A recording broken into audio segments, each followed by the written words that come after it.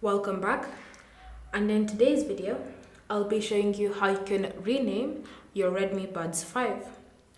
So the first step is to launch the Xiaomi Earbuds app, and then from here ensure that you've selected your Redmi Buds 5.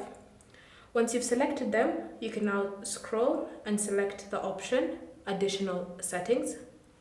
Then from here you should see the option rename earphones. Tap on it. Then from here, you can now start typing in the earphone name that you want to use. And once you've typed in the name, tap on rename to confirm your choice. So now your Redmi Buds 5 have been renamed, and you'll notice when you go back to the menu for your Redmi Buds 5, you can even see at the top the device name has been changed.